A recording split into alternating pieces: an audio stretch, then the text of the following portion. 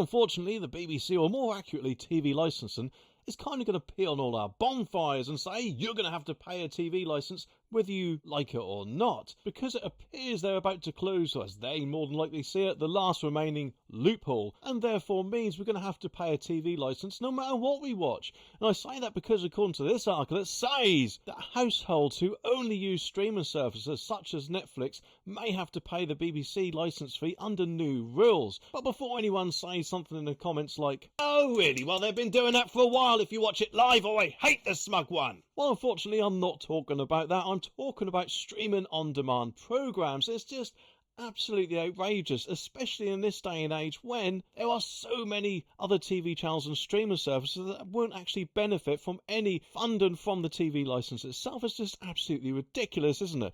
Ministers, it says, are drawing up proposals to overhaul the way the BEEEEER is funded after the current Royal Charter, or their gravy train as I like to call it, expires in 2027.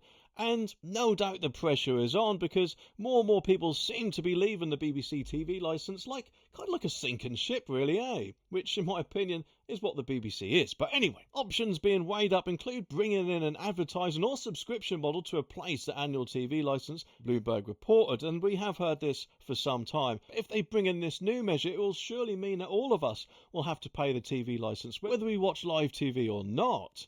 And Culture Secretary Lisa Nandy said earlier on this month that the fee was deeply regressive and added that the levy was raising insufficient money to support the service. Well, it's not surprising really, is it, when they got presenters out there with bumper paychecks, although of course now that Gary Lineker has left or leaving, I don't actually watch Match of the Day, of course, because I don't watch the BBC, but when he buggers off then surely that will leave them a bit of extra money. Either way though, they are in a catch sort of 22 situation at the moment, aren't they? Because the more they raise the fee, the more people will think, do you know what? I'm getting fed up of paying this. I don't actually watch the BBC or any live TV at all, so sod it, I'm off. And I personally wouldn't blame those people at all. But it gets worse because listeners to BBC Radio may also need a licence, and a tiered fee could be brought in to help low-income homes. Although at the minute the BBC TV licence fee raises around £3.7 billion a year, which is around 65% of the corporation's funding, which means that 35% is sourced through other means. Now what could that possibly be?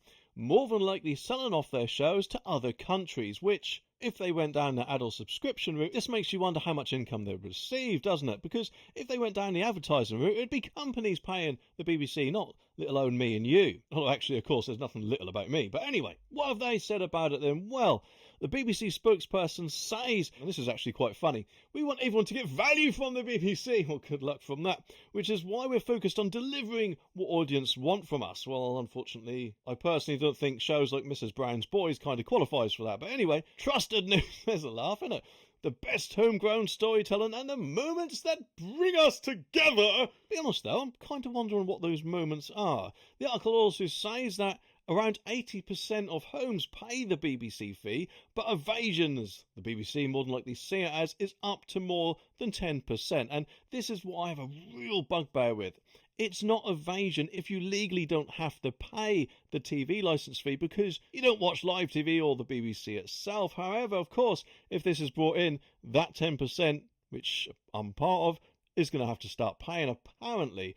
I hope this does not get off the ground, especially, of course, as we got the Culture Secretary, Lisa Nandy. She said, remember that was a deeply regressive way of funding the BBC, so hopefully, this will not be brought in. But of course, I could be wrong, and we'll kind of have to just wait and see, won't we, eh?